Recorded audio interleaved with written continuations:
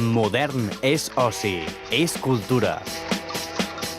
Cinemes Modern, més que cinema, et porta al Cine Europ. Aquesta setmana tornem amb un festival que us pot deixar glaçats.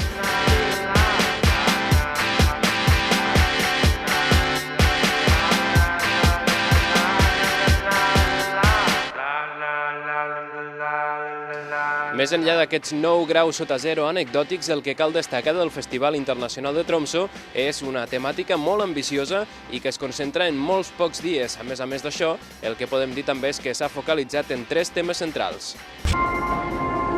La pel·lícula La muntanya ha inaugurat el 21è Festival Internacional de Tromsø. El film és la història de la Nora i la Solveig, que retornen a les muntanyes en què fa 2 anys van patir una experiència traumàtica. En comptes de compartir el dolor amb la Solveig, la Nora hi manté certa distància emocional i amb el que va passar. La Solveig, en canvi, espera poder pair el desastre i enfrontar-se al futur amb la seva companya. El programa d'aquest any se centra en 3 grans blocs. El primer, una retrospectiva d'Alexander Sukhov. Tot i que és un dels cineastes més coneguts i respectats, encara té molts films que són desconeguts per l'audiència noruega. Una d'elles és aquesta curiosa sonata per a viola de Shostakovich. De fet, és un dels primers treballs del director, pensat exclusivament per a cinema i no per la televisió. És un clar exemple de la seva habilitat instintiva per buscar la controvèrsia. La mateixa KGB va prohibir el film a la Unió Soviètica. El segon bloc es defineix geogràficament, un país que és molt conegut per les platges increïbles i per uns cineastes amb força talent, tot i les limitacions. Parlem de Tailàndia. Transistor Love Story narra la història d'un jove, Faen, indecís entre l'amor i l'ambició. Tot i tenir un pare estricte, el que més espera el noi és poder marxar de casa. De totes maneres, acabarà complint el somni de la seva vida, convertir-se en cantant. El balanç, però, és agredolç, amb èxits i fracassos. La pel·lícula mescla diversos gèneres, comèdia, romanç, música i drama, una mostra més del que és el cinema tailandès contemporani. D'altra banda, Tongpan ens porta a la Tailàndia dels 70, concretament a un seminari del nord-est, on es discuteix sobre el Pa Mong i el Mekong. Els estudiants i altres activistes han abandonat Bangkok per adoctrinar els camperols. Un d'ells és en Tongpan, que cultiva les terres d'un senyor a qui paga $100 l'any. També té una dona i un fill malalts de tuberculosi. És per això que, després d'acceptar unir-se al moviment, l'abandona i torna a casa per ocupar-se dels seus. I finalment el bloc temàtic s'ocupa de la resolució de problemes. Aquesta selecció arriba d'una regió molt associada als conflictes, però que aconsegueixen canviar el nostre punt de vista a través del cinema. Precious Life parla d'en Mohamed, un nen palestí de 4 mesos nascut amb una malaltia estranya. Tot i que pot rebre tractament en un hospital israelià, és massa car. Davant d'això, el seu metge cridarà l'atenció del periodista Shlomi Eldar perquè faci una crida a l'ajuda a través de la televisió nacional. Un israelià anònim aportarà els diners per tractar el nen i això farà que la seva família conegui un Israel desconegut, aquell on l'herba és verda, tot és bonic i la gent és molt amistosa. En competició no hi ha tantes pel·lícules com calia esperar, tot i això la temàtica, com hem dit, és ben diversa. I si no, una mostra. Exit Through the Gift Shop és la vida d'un botiguer excèntric, convertit en cineasta amateur i que pretén capturar la vida de molts artistes mundials d'aquells que no són gaire estimats. Alguns els hi diuen vàndals, fins i tot. L'autoproclamat director Terry Guetta vol plasmar el moviment de l'art urbà amb la videocàmera domèstica, però s'adona que no sap com estructurar els centenars d'hores de pel·lícula que ha gravat per construir un relat coherent. Quan coneix l'artista Bansky, tot canvia. El creador urbà no se sent còmode amb un paper secundari i demana més protagonisme que porta resultats inesperats.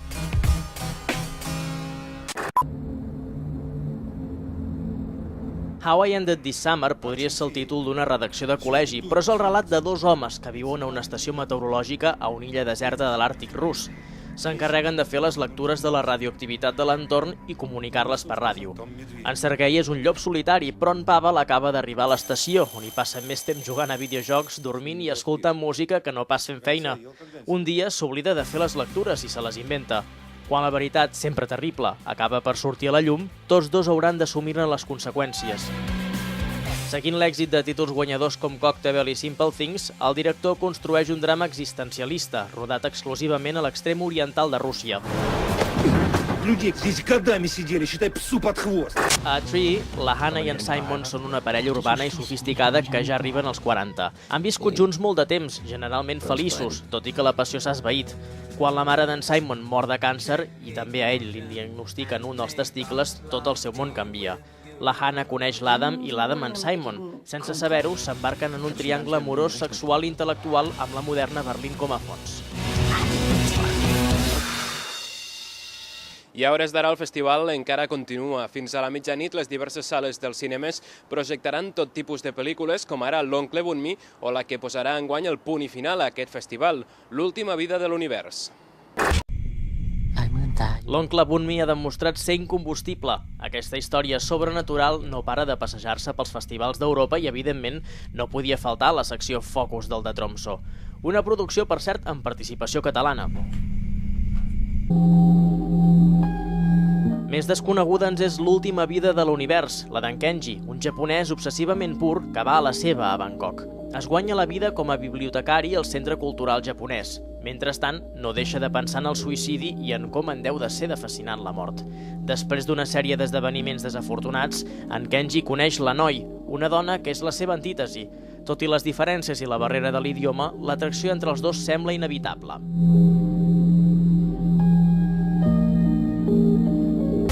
Nosaltres tampoc no podem evitar estar pendents de tots els festivals de cinema d'Europa. Els que us portem aquesta setmana acaben diumenge vinent. Dos d'ells són a França. Un és el del Primers Plans d'Angers, busca potencials nous creadors del vell continent. L'altre, més cap als Alts, és el Festival Internacional de Cinema Fantàstic de Gerdamer. Més a prop d'aquí, Biarritz es posa en marxa el Festival Internacional de Programes Audiovisuals. Abraça tot tipus de creacions, des de telenovel·les fins a programes musicals en directe. Acabem a Finlàndia, on celebren el Dog Point, que, com indica el seu nom, se centra en la presentació de documentals. I a les sales de cinema també hi ha pel·lícules per a tots els gustos. La cartellera. Mi madre me pregunta que si me había liado con algún chico y eso. Estamos locos aquí. Bloc pretén ser això mateix, un bloc, i anirem veient com viu la vida un grup d'adolescents, moments durs i moments més passionals. I és que això és el que busquen a la vida, passió i emocions fortes. Me aburro y estoy muy estresada. Cuando has nacido en la calle sabes que el mundo se divide en dos, los que compran y los que venden. Després de l'èxit de 3 metres sobre el cielo, en Mario Casas torna amb Carne de neón, però continua als barris baixos de la ciutat. Quan tenia 12 anys li van tancar la mare a la presó. Ara sortirà i la vol rebre amb una sorpresa. Lo que más le hace ilusión a mi madre es que le abra un puticlub. Es un detallito de puta madre. Així tindrà de què viure sense haver-se de prostituir com abans. A consumir, que aquí se ven a apoyar. Tendrá que irse de Central City antes del anochecer o la detendré por prostitución. Vaya cabrón. El demonio bajo la piel ens trasllada a l'oest de Texas. Un xèrif i una prostituta comencen malament una relació... Lo siento. No te disculpes. Que acabarà malament. No puedo moverme, no puedo saltar.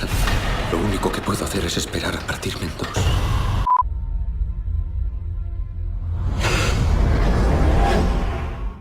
L'obsessió per la mort i el més enllà centra Más allá de la vida, l'última obra de Clint Eastwood. És a través de la història de 3 individus que han patit la mort d'una persona propera i la vida dels quals queda trasbalsada. Creo que has experimentado la muerte.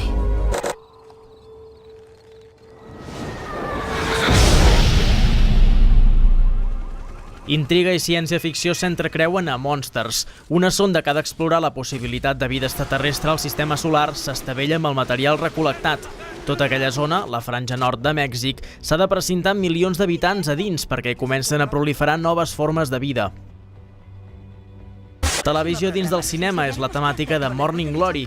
Becky Fuller ha d'aconseguir que el seu programa matinal, el menys vist dels Estats Units, repunti, però té com a principal obstacle un presentador que és tot un personatge. No eres más que un idiota presuntuoso. Un presuntuoso que gana 3 veces más que tú. Si més no, els disbarats que fa aquest home ben bé que faran pujar l'audiència.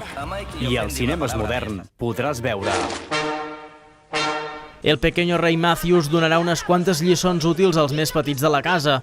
Als 9 anys es queda orfe i ha de succeir el seu pare, el rei, però un general conspirarà contra seu i voldrà governar el país i fer una guerra.